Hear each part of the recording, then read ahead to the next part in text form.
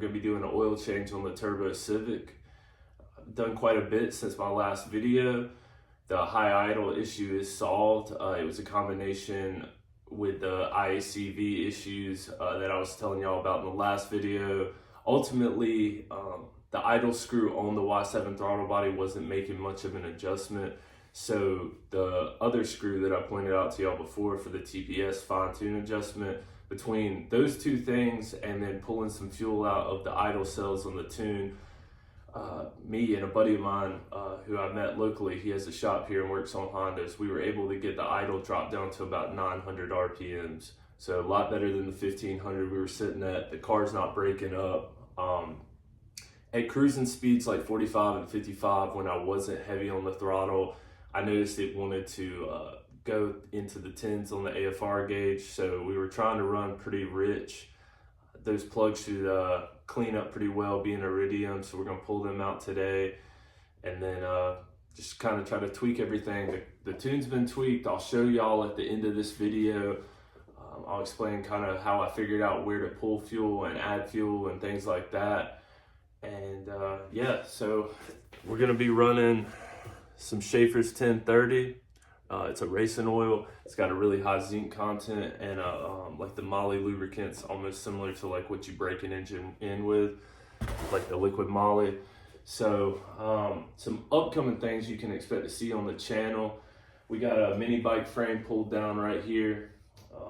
So these were the original forks. You can see how small they were. They went on like this. We're gonna be getting rid of those. Ended up getting a set of forks from YZ Ranger. So this is off of a Baja, like a 200cc. So it'll actually add suspension to the front end of my mini bike.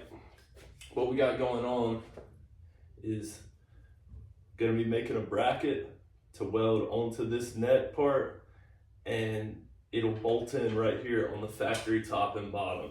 So that's something y'all can stay tuned for. And on the Civic, we're gonna be removing the back seats, doing a full delete, putting a flat floor down. And we're gonna be mounting this 10-pound nitrous bottle in the back. So, you know, down the road, we'll do a video hooking it up and all that. I still wanna do a video installing the subs, and you know, there's plenty more to come, but that's some stuff you can be expecting. So let's get started on this tune-up.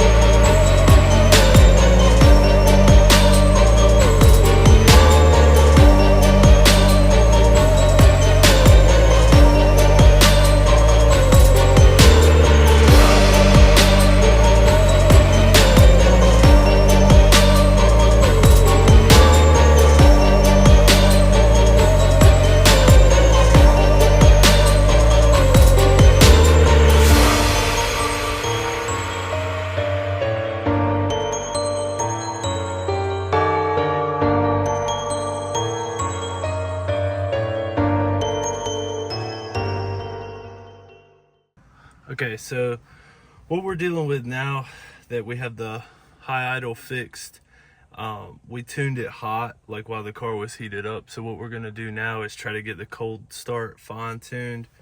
It's gonna be somewhere down in here.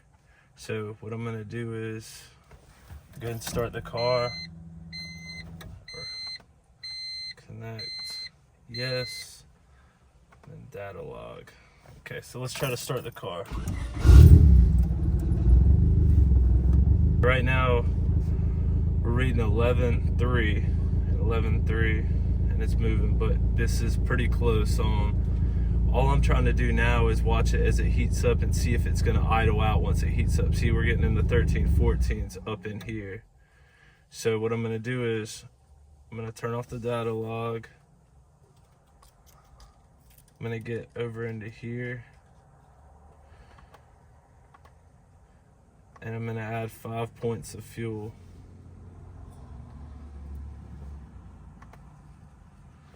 So let's try to start it now.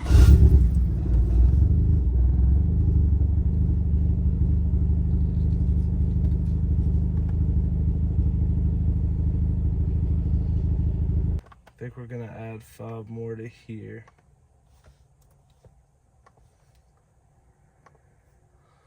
Okay, so now we're gonna start the car again, turn the data log on again.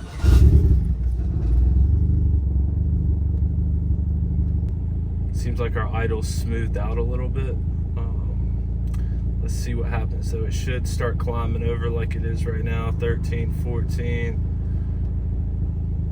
I'm thinking it's somewhere in like this cell right here that it's a little low, because we go from 185, we go 205, 185, then we go to 3. We're gonna bump some fuel in here.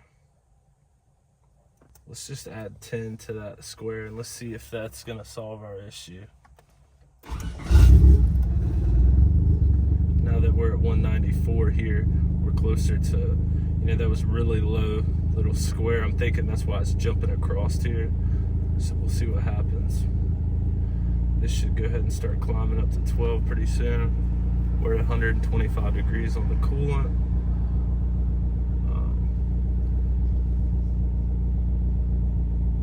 Got about 60 pounds of oil pressure.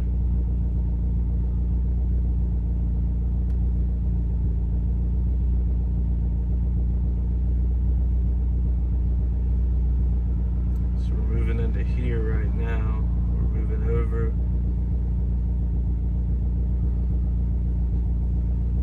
So it seems like our idle is a little bit better now. Okay, we're starting to climb a little bit towards the 13s.